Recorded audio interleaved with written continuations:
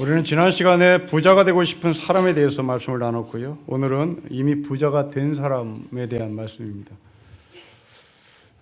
이미 부자가 된 사람은 세상에 있을까?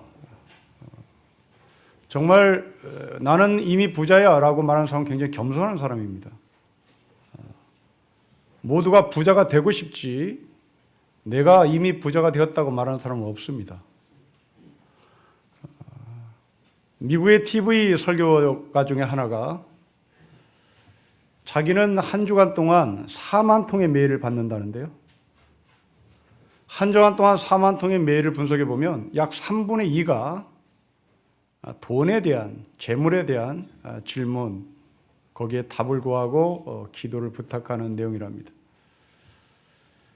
한 3분의 2가 그 돈과 재물에 대한 부자가 되고 싶은 미국 사람들의 그 염원을 담아 이 사람은 하나님은 부자가 되는 것을 기뻐하신다. 그런 제목의 책을 냈습니다. 저는 총론의 차원에서는 동의합니다. 그분의 강론의 차원에서는 동의하지 않지만 하나님은 여러분을 풍성하게 하시기를 원하시고 풍성하게 살기를 바라시는 것은 분명합니다. 하지만 문제는 여러분이 생각하는 부자의 기준을 어디에 두고 있는지도 모른 채 나는 여전히 부자가 되고 싶다고 하는 쪽으로 우리가 생각을 좀 해봐야 되겠습니다. 어떤 증권사에서 고객을 대상으로 조사한 통계를 보면 당신은 부자의 기준이 무엇이냐는 질문에 내 재산이 10억에서 50억 정도 있어야 나는 부자라고 생각한다 라고 답을 했습니다. 물론 이 조사는 2003년의 조사입니다. 지금과 또 달라졌겠죠. 또한 그 중에서 20% 이상은 20억 이상 가진 자가 부자라고 생각을 한다. 여러분 이렇게 사람마다 부자의 기준은 다르죠. 누구는 10억, 누구는 20억. 근데 어떤 사람은 돈에 대해서 부의 기준을 두지 않고 명예에 대해서 기준을 두는 사람도 있습니다. 도덕에 대해서 부의 기준을 두는 사람이 있습니다. 양심으로 부의 기준을 두는 사람이 있습니다. 어떤 사람은 학식, 어떤 사람은 심지어 신앙을 기준으로 부의 기준을 두는 사람이 있습니다. 자, 여러분은 어떤 부자가 되고 싶습니까? 아니면 오늘 본문처럼 여러분 어떤 부자가 이미 되었습니까? 여러분들은 10억, 20억의 돈 부자가 되고 싶습니까? 여러분들은 지식의 부자가 되고 싶습니까? 여러분들은 명예의 부자가 되고 싶습니까? 여러분 심지어 신앙의 부자가 되고 싶습니까? 아니 이미 신앙의 부자가 되었습니까? 명성의 부자가 되었습니까? 지식의 부자가 되었습니까? 이미 10억 이상을 확보하셨습니까? 자, 오늘 본문은 부자가 되고 싶은 사람이 아니라 부자가 이미 된 사람입니다. 굉장히 겸손한 사람입니다. 그런데 놀랍게도 야고보 사도는 나는 이미 부자야 라고 만족하는 이 사람을 향해서 책망을 합니다. 도대체 왜? 나는 이미 부자야 라고 겸손하게 고백하는 이 사람을 왜 야고보 사도는 책망을 할까요? 지금 이 사람이 얼만큼의 부자를 갖고 있는지, 돈을 갖고 있는지는 밝히지 않습니다. 그냥 부자입니다. 이 사람이 지식의 부자인지는 잘 모르겠습니다. 이 사람이 명예의 부자인지도 모르겠습니다. 그냥 부자입니다. 돈이 10억 있는지 1억 있는지를 모릅니다. 그냥 부자입니다. 다만 알 수 있는 것은 이 사람이 어떻게 부자가 되었느냐를 우리는 추측할 수 있습니다. 여러분 4절 이하를 보십시오. 4절 이하를 보면 이 사람이 부자가 된 이유는 남을 착취해서, 사람을 착취해서 부자가 되었다는 것을 우리는 추측할 수 있습니다. 자, 그렇다면 다른 사람을 착취하지 않고 부자가 된 사람은 오늘 본문에서 자유하는 사람일까 하는 겁니다. 저희 교회는 부자가 없습니다. 그리고 저희 교회는 지방카는 장면한 분들이 정말 있는 힘을 다하여 성실하게 고시생들 밥해대고 고시생들 빨래대고 고시생들 뒤치다거리해서 번 돈을 모아서 집 하나를 장만한 사람이죠. 자, 이런 사람들에게 오늘 본문은 해당되지 않을까요? 유리천장으로 늘 월급을 받아 근근히 살아가고 조금씩 모아서 저축한 돈으로 집을 산 사람은 오늘 본문에서 제외되는 사람일까요? 학교에서 컨닝하지 않고 정말 성실하게 공부를 해서 학교를 딴 사람은 오늘 본문에서 제외되는 사람일까요? 저는 그렇게 보지 않습니다. 성경은 그 사람도 책망을 받을 수 있다는 것을, 그 사람도 부자라고 하는 그 이유로 하나님부터 심판을 받을 것이라는 것을 저는 이 시간에 여러분에게 말씀을 드리고 싶은 겁니다. 그래서 저는 오늘 이 본문을 6절까지를 잡지 않고 3절까지를 잡았습니다. 1절부터 3절은 성실한 부자, 1절부터 3절까지는 깨끗한 부자입니다. 4절부터 6절까지는 남을 착취해서 번 부자입니다. 여러분, 부자는 두 종류가 있습니다. 이렇게 성실하게 살아서 부자가 된 사람, 남을 착취해서 부자가 된 사람이 있죠. 그런데 놀랍게도 성경은 성실하게 깨끗하게 벌어서 부자가 된 사람, 그 사람도 책망을 합니다. 당연히 남을 착취해서 부자가 된 사람을 책망하는 것은 당연합니다. 오늘은 그 중에서 성실하게 벌어서 깨끗하게 부자가 된 사람, 이 사람에 대해 경고하시는 하나님의 말씀이 도대체 무슨 의미일까를 생각해 보도록 하겠습니다. 여러분, 사람들은 깨끗하게 돈을 벌고 부자가 된 사람을 존경하죠. 그리고 인정합니다. 신학교 때 선생님들이 목사로 존경받는 길 중에 하나가 돈에 대해서 깨끗해야 한다라고 말씀을 하셨고, 이 선생님들의 가르침을 그대로 받아서 삶의 현장에서, 목회 현장에서 적용하고 살아가는 목사들이 많이 있습니다. 소위 깨끗한 부자, 한문으로 얘기하면 청부론입니다. 이 깨끗한 부자, 청부론을 주장하는 사람들의 이야기를 가만히 들어보면 그들이 말하는 부자는 세 가지 차원을 제시합니다. 예수 그리스도를 믿는 사람은 반드시 부자가 되어야 한다. 예수 그리스도를 믿는 사람은 반드시 부자가 될 수 있다. 예수 그리스도를 믿는 사람은 반드시 부자가 된다입니다. 이게 청부론의 핵심입니다. 깨끗한 부자가 되기를 원하냐? 그럼 믿음을 가져야 된다. 이게 전제 조건입니다. 이 믿음을 가진 자는 부자가 될 수 있다. 부자가 되어야 한다. 부자가 된다입니다. 마지막까지 예수를 잘 믿어야 된다는 것을 조건으로 달고 당신은 부자가 될 수 있다라는 소망을 겁니다. 물론 이 청부론을 주장한, 이 깨끗한 부자를 주장하는 분들은 한국 사회에서 믿음을 가지고 신앙생활을 가지고 돈을 번다는 것은, 그리고 부자가 된다는 것은 불가능하다는 것을 인정합니다. 어렵다는 것을 인정해요. 그러나 그럼에도 불구하고 이 믿음을 가지고 부자가 된다는 것을 포기하면 그것은 믿음의 패배주의자라고 규정을 합니다. 자, 이 청부론, 깨끗한 부자를 주장하는 이 사람들의 논리를 가만히 따져보면 모순이 있습니다.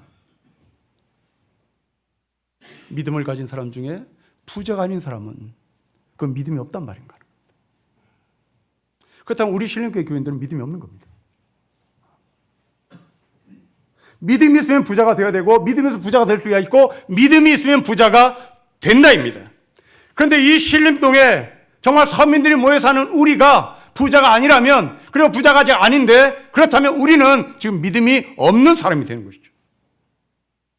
이게 청부론의 모순입니다. 반대로 이 세상에서 깨끗하게 돈을 번 사람은 없다. 그러니 믿음을 가진 우리는 청빈하게 살자.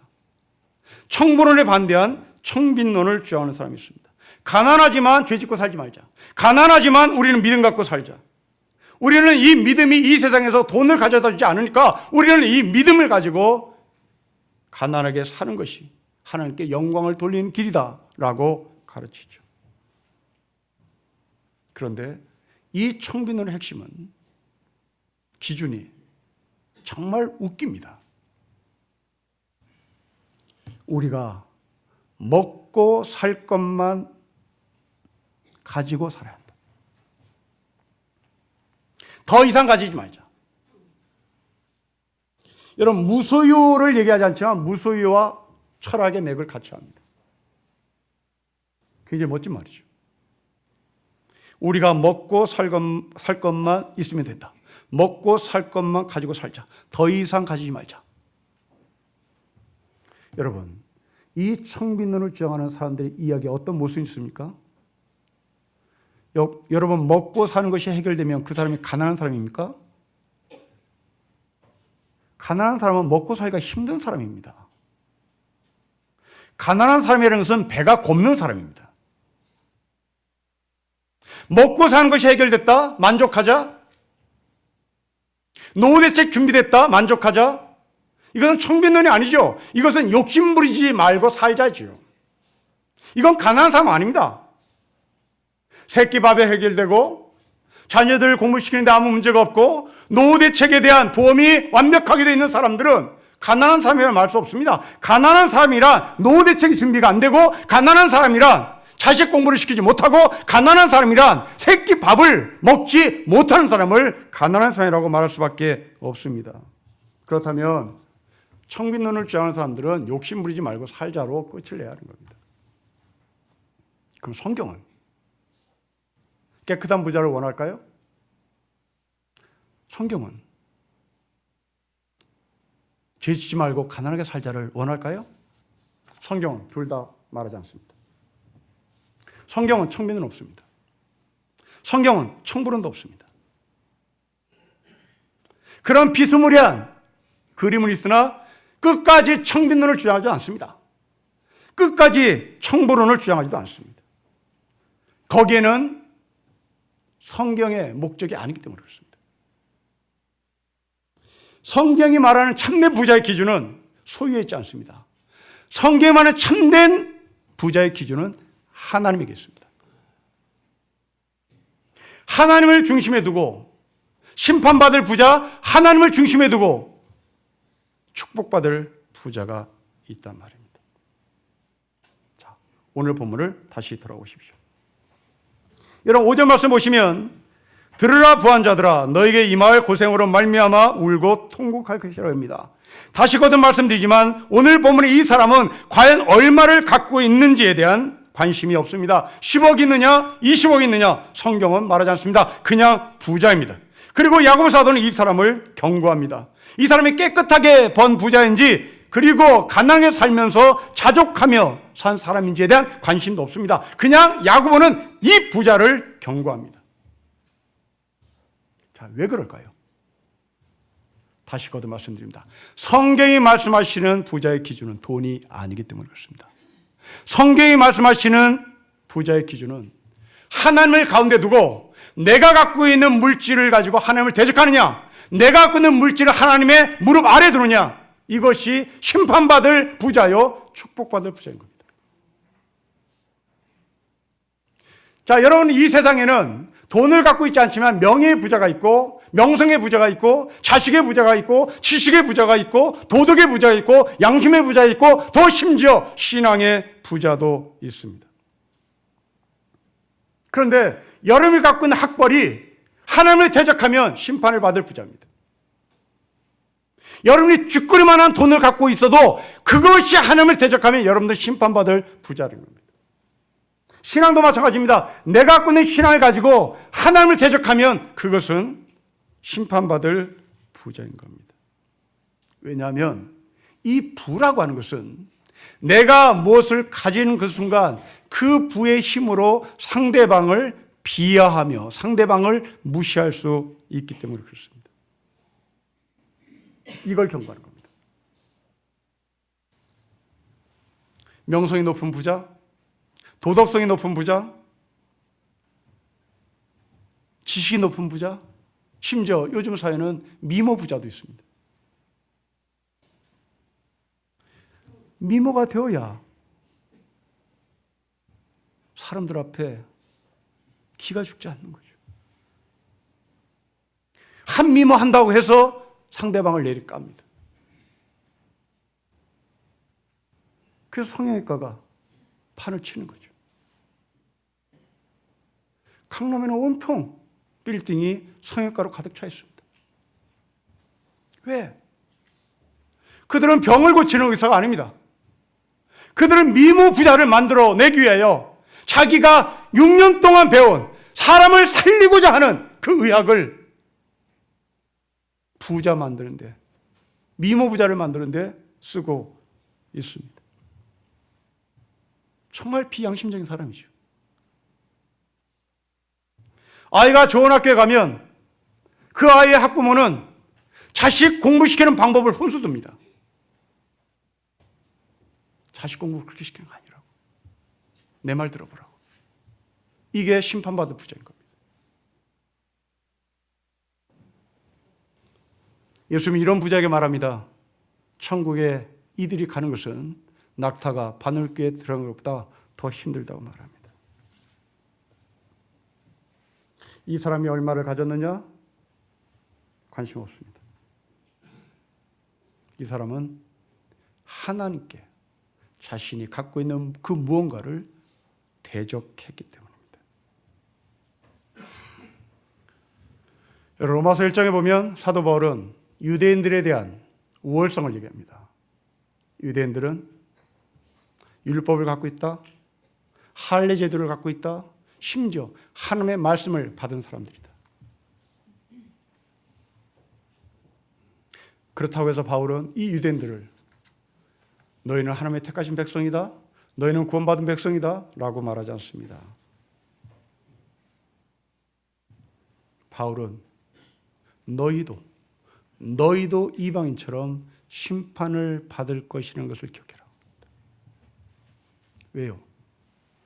하나님의 말씀을 받았고 할례 제도를 갖고 있었고 율법을 받았던 이 유대인들에게 왜 사도 바울은 너희가 이방인처럼 심판을 받을 것이라고 말씀했을까요? 그들은 자기네들 갖고 있는 말씀과 율법과 할례를 들고 이방인들을 비하했기 때문입니다. 그 중에 사람을 가장 무시했던 사람이 바리새인입니다. 예수님은 그토록 바리새인들을 책망한 이유가 거기에 있었던 겁니다. 바리새인들은 착한 사람이었습니다. 바리새인들은 이스라엘 사회에서 역사에 오점을 남긴 사람이 아닙니다. 이들은 민족주의자입니다. 우리나라의 안중근 같은 사람들입니다. 이스라엘 역사에 오점을 찍은 사람은 바리새인이라 사두개인들입니다. 사두개인들은 친일파들입니다. 그런데 놀랍게도 예수님은 친일파에 대한 관심이 없어요. 예수님은 계속 바리새인을 찝습니다. 그 이유는 자기네들이 갖고 있는 실력, 자기네들이 갖고 있는 율법, 자기네들이 갖고 있는 그 전통으로 상대방을 비하했기 때문입니다. 심지어 이 유대인들은 이방인들을 향해서 개라고 얘기했습니다. 사도 바울은 말합니다. 너희가 하나님의 영광에 이르고 싶다면 율법을 손에 들 것이 아니라 할례를 손에 들 것이 아니라 하나님의 말씀을 손에 들 것이 아니라 그 말씀이신 예수 그리스도를 따라야 한다고. 값없이 은혜를 주신 그 예수 그리스도만이 우리를 살릴 수 있다고 말합니다. 자, 이 관점으로 오늘 본문을 다시 봅시다. 여러분 1절부터 3절을 다시 읽겠습니다. 시작. 들으라 부한자들아, 너에게 임할 고생으로 말미암아 울고 통곡하라. 너희 재물은 썩었고 너희 옷은 좀 먹었으며 너희 금과 은은 녹이 슬었으니 이 녹이 너희에게 증거가 되며 불같이 너희 살을 먹으리라. 너희가 말세에 재물을 쌓았도다. 여러분 왜 이 부자들이 통곡합니까? 2절과 3절 때문입니다. 이 부자가 저축했기 때문입니다. 재물을 저축했고 옷을 저축했고 금과 은을 사드렸습니다. 남을 도와주지 않아서 이들이 통곡하는 것 같습니다. 그래서 울게 될 것이라고 말하는 것 같습니다. 야고보는 그렇게 말하는 것 같습니다. 여러분 2절과 3절의 말씀을 여러분들 받아들이시겠습니까? 옷을 샀기 때문에, 금과 은을 샀기 때문에, 그리고 돈을 저축했기 때문에 너희는 울고 통곡할 것이다 라는 이 야고보의 사도의 말씀을 여러분들은 아멘으로 받아들이시겠습니까? 저는 받아들일 수 없습니다. 저는 인정 안 합니다. 여러분, 저축이 죄입니까? 옷 사는 게 죄입니까? 금과 은을 금고에 넣어둔 게 죄입니까? 저는 동의 못합니다. 여러분들 저축하셔야 되고, 여러분들 옷을 사 입어야 되고, 여러분들은 금과 은이 있어야 되는 겁니다. 그것을 금고 속에 넣어둬야 되는 겁니다. 여러분 이 말씀의 시대적 배경을 보십시오. 이들은 쫓겨난 자들입니다. 제국의 도시로 들어갔습니다. 그 제국의 도시에 들어간 이 사람들은 신앙보다 돈이 필요한 사람입니다. 먹고 사는 것이 급급했습니다. 있는 힘을 다하여 돈을 벌었고, 있는 힘을 다하여 돈을 벌어서 새끼 밥 먹고 옷 사 입고, 그리고 어떤 사람은 금과 은을 만들었고 어떤 사람은 저축을 했을 겁니다. 여러분 이것이 오늘 우리 현실입니다. 여러분들의 삶을 지탱하는 것은 돈입니다. 여러분들 옷을 사입어야 됩니다. 여러분들이 새끼 밥을 먹어야 합니다. 저축해야 되는 겁니다. 금과 은을 만들어내야 되는 겁니다. 이것은 우리가 필수적으로 해야 할 삶의 책임입니다.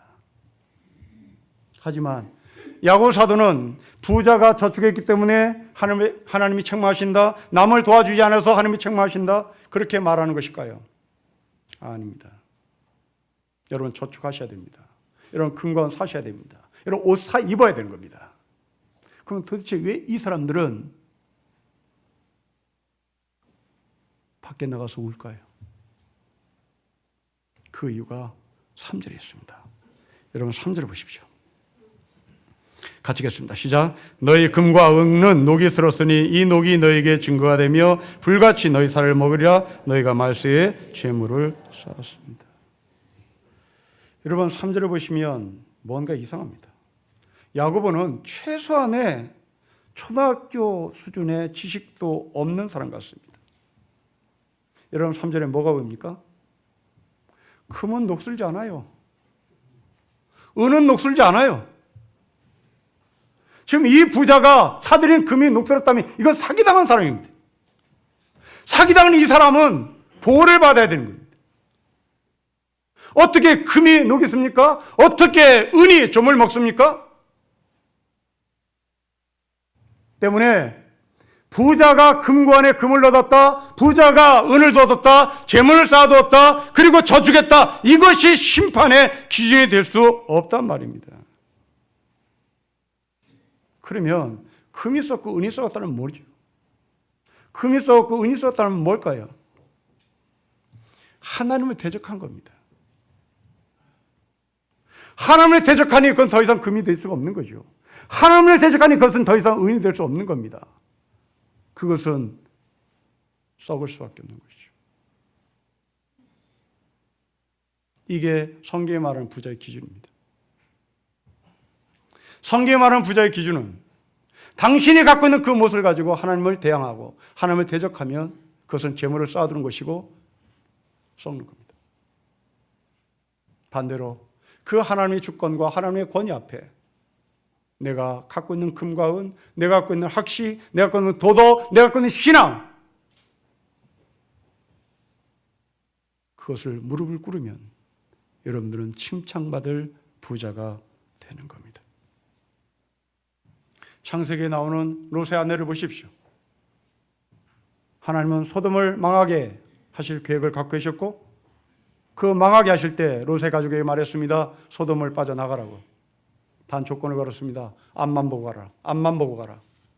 그때 롯의 아내는 소돔을 탈출하다 뒤를 돌아다 봤습니다.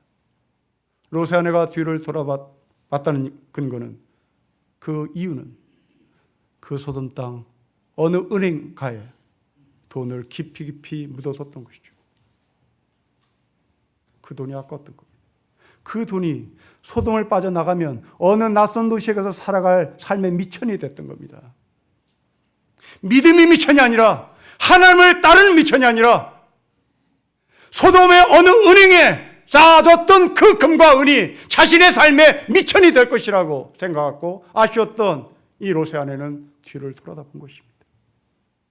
결국 롯의 아내는 돌기둥이 되고 말죠. 교회 역사도 이런 사람이 참으로 많습니다. 중세 유럽에서는 정말 실력 있는 사람들이, 신학교에 갔고 정말 실력 있는 자들이 성직자가 되기를 원했습니다. 왜냐하면 소명이 아니라 부를 얻을 수 있는 지름길이 당시의 사제들이었고 당시의 신학교의 문을 두드리는 이유였습니다. 가장 똑똑한 사람은 신학을 시켰고 그리고 덜 똑똑한 사람은 법학을 시켰습니다. 이게 중세 부자들이 자식 공부를 시키는 우선순위였습니다. 얼마나 많은 성직자들이 부자가 됐는지 통계에 의하면 중세 말기에 캐톨릭 교회가 소유한 땅이 유럽의 3분의 1을 차지했습니다. 성당에 성도가 몇 명 있냐에 따라서 성당의 주임 신부 자리를 팔고 사는 일들이 번번했습니다. 좀 산다고 하는 귀족집에 자제들 중에 6, 7살 먹은 자식을 이미 사제명부에 올려놨습니다. 초등학교도 들어가기 전입니다. 신학교는 언감생심. 그게 있는지도 모르는 아이들입니다. 이 6, 7살 먹은 아이에게 이미 사제명부에 올려놓고 부를 쌓기 시작했습니다. 기가 막힌 것은 성생활이 담석증에 좋다는 의사의 권고 때문에 나는 어쩔 수 없이 첩을 뒀다고 말하는 신부들도 많았습니다. 이건 문헌입니다. 여러분, 저는 이 사람들이 나쁜 짓을 했다는 것에 방점을 찍으려고 하는 것이 아닙니다. 이들은 당시에 실력 있는 사람이었다는 것을 방점을 찍고 싶습니다. 실력이 있었기에 신학교 갔습니다. 실력이 있었기에 어려운 히브리어, 헬라어, 라틴어까지 공부를 했습니다. 그런데 그 실력이 하나님을 섬기는 데 사용되는 것이 아니라 그 실력이 하나님을 대적하고 자기의 부를 쌓는데 그 실력을 사용했던 겁니다. 저희가 학교 다닐 때 결혼 순위 1위를 다퉜던 직업 중에 하나가 목사였습니다. 상당수의 여대생들이 목사를 남편으로 받기를 원했던 이유는 소명보다는 실력, 소명보다는 앞길이 창창한 사람이라고 평가를 했기 때문일지도 모르겠습니다. 하나님을 대적하는 거죠. 종교개혁 끝나고 종교개혁가들에 의해서 무자비하게 핍박을 받은 한 그룹이 있습니다. 소위 제세례파라는 사람들입니다. 유아 세례를 인정하지 않는 아나바프티스트들입니다. 루터는 이들을 무자비하게 핍박했습니다. 루터는 이 제세례파 사람들을 광신도로 몰아붙였습니다. 그리고 역사가들은 이들을 급진 좌파로 몰아붙였습니다. 그리고 탄압했습니다. 얼마나 심각하게 탄압을 했고 그들의 자존심을 뭉개버렸는지 침례하는 침례 예식을 비하하기 위해서 이 제세례파 사람들을 산채로 물에 빠져 죽였습니다. 사제를 절단해서 죽이기도 했습니다. 종교개혁가들에 의해서 농민들이 10만 명 이상 희생당한 것이 역사의 흔적으로 남아있습니다. 여러분, 이들이 자기네들 갖고 있는 성직의 권위를 들고 맥없는 사람을 죽인 하나님을 대적한 겁니다. 우리도 이럴 수 있습니다. 누군가는 내 말을 듣지 않으면 생명책에 이름을 지워버리겠다고 막말까지 합니다. 이것이 심판받을 부자인 겁니다. 하나님을 대적하는 것이죠. 그러면 어떻게 살아야 합니까? 여러분, 청빈하게 사는 것도 아닙니다. 깨끗한 부자가 되는 것도 아닙니다. 하나님을 주인으로 인정하고 사는 겁니다. 하나님 앞에 모든 것을 무릎 꿇는 겁니다. 여러분의 지식도, 여러분의 명예도, 여러분의 돈도, 그리고 심지어 여러분이 갖고 있는 신앙도 하나님 앞에 무릎을 꿇어야 되는 겁니다. 제 아무리 정직하게 돈을 벌었다 할지라도 여러분의 깨끗함이 하나님 앞에서 의로 작동되면 여러분들은 심판이 되는 겁니다. 제 아무리 무소유의 삶을 살았다 할지라도 그렇게 살지 못하는 사람을 향하여 손가락질하면 그것은 심판이 되는 겁니다. 제 아무리 학벌이 좋고 제 아무리 지식이 좋고 제 아무리 신앙이 좋다 할지라도 그것이 하나님 앞에서 썩을 금과 썩을 은이 된다는 사실을 기억해 보십시오. 초대교회를 보십시오. 바나바는 자신의 전 재산을 다 바쳐 교회 공동체 안에 헌금을 했습니다. 사람들이 착한 사람이라고 지켜올렸고 그 사람을 인정하고 존경했습니다. 그러자 그 옆에 있는 아나니아와 삽비라는 부부가 자신의 전 재산을 바치기로 결심했습니다. 그러나 오는 도중에 배달 사고를 합니다. 오는 도중에 삥땅을 쳤습니다. 하나님은 이 사람을 심판합니다. 그 자리에서 직사를 합니다. 여러분, 왜 아나니아 삽비라가 직사합니까? 돈을 숨겼기 때문입니까? 아닙니다. 여러분, 돈을 숨겼기 때문에 하나님께서 심판하신다면 여기서 살아남는 사람 아무도 없습니다. 우린 다 죽습니다. 여러분, 돈 떠먹이, 헌금 떼먹은 게 한두 번이냐고요. 아내와 삽비는 한 번 떼먹었습니다. 한 번 떼먹고 죽었습니다. 이건 떼먹기 때문에 죽었다는 말이 아닙니다. 뭘까요? 그 돈을 바침으로 자기는 아나니아 삽비라는 바나바처럼 하나님의 반열에 존경받는 자리에 가고 싶었던 겁니다. 하나님을 대적한 거죠. 베드로의 고백을 보십시오. 베드로는 나에게는 금과 은이 없어 나는 예수 그리스도가 있다라고 고백을 합니다. 여러분, 이 말을 문자 그대로 읽어버리면 베드로는 사기꾼입니다. 베드로는 사기꾼입니다. 여러분, 예루살렘 교회에 돈이 얼마나 많았는데요. 하루에 3,000명씩 회개하고 들어오는데요. 하루에 3,000명씩 회개하고 바나바처럼 자기의 전생사 갖다 바치는데요. 자기의 물건을 자기의 물건이라고 말하지 않고 서로 통역하며 다 공동체에 내놨습니다. 어마무시하게 돈이 많았습니다. 이게 예루살렘 교회입니다. 그 예루살렘 교회 수장이 베드로입니다. 이 베드로가 나에게 금이었다, 나에게 은이었다, 이 돈 나왔다가 나왔습니다. 그렇게 말하면 문자 그대로 그것을 읽어버리면 베드로는 횡령한 사람이죠. 베드로는 돈을 숨겨놓은 사람입니다. 그럼 베드로가 나에게 금과 은이 없다, 나에게 예수 그리스도가 있다는 말은 무슨 말입니까?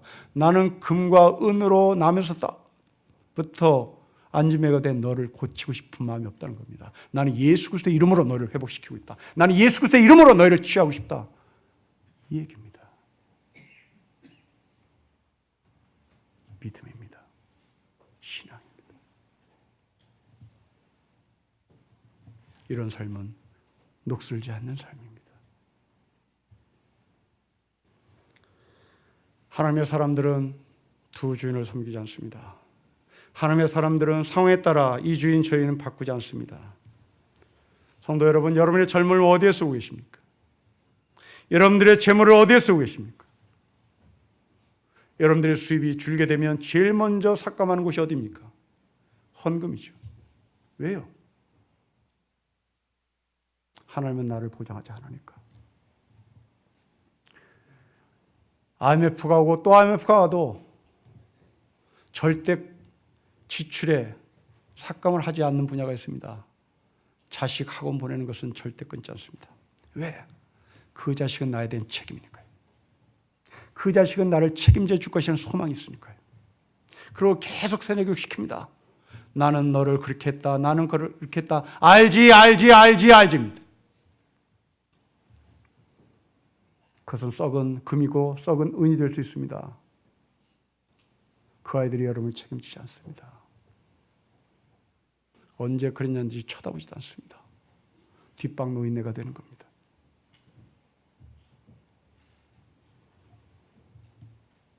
하나님은 나에게 있어서 손님이 아닙니다.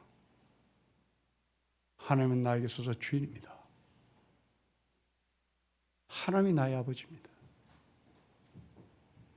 그 아버지신 하나님이 우리를 책임지십니다. 돈의 날개 그늘 아래 멈췄다가 그 돈이 썩으면 여러분들은 광야에 노출돼 말라 비틀어지는 겁니다.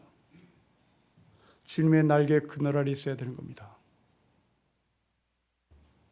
주님의 날개 그늘 아래 있다는 것은 내가 그는 모든 것을 상대화시키는 겁니다. 오직 절대는 하나님 한 분밖에 계시지 않는 겁니다. 여러분의 젊음, 여러분들의 지식, 여러분들의 신앙 다 상대화시키십시오. 오직 믿음입니다. 오직 예수 그리스도 안에 무릎을 꿇음입니다. 진정한 성도는 돈이 나를 보여준다고 고백하는 사람이 아닙니다. 주님의 날개 그늘 아래 있는 것이 하나님께서 우리 계신 부자의 삶인 것을 고백하는 것입니다.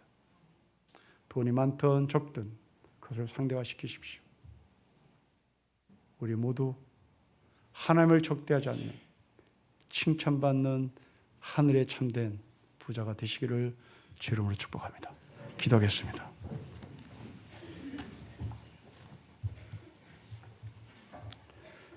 아버지, 내가 갖고 있는 부, 명성, 도덕, 지식, 신앙 이것이 하나님 앞에 대적의 도구로 사용하지 않도록 말씀해 주시니 감사하고 그 말씀에 부복합니다. 심판받고 울고 통곡하는 가짜 부자가 아니라 하나님 앞에 진정으로 칭찬받는 진짜 부자로 살게 하여 주십시오. 주 예수 그리스도의 이름으로 기도합니다. 아멘.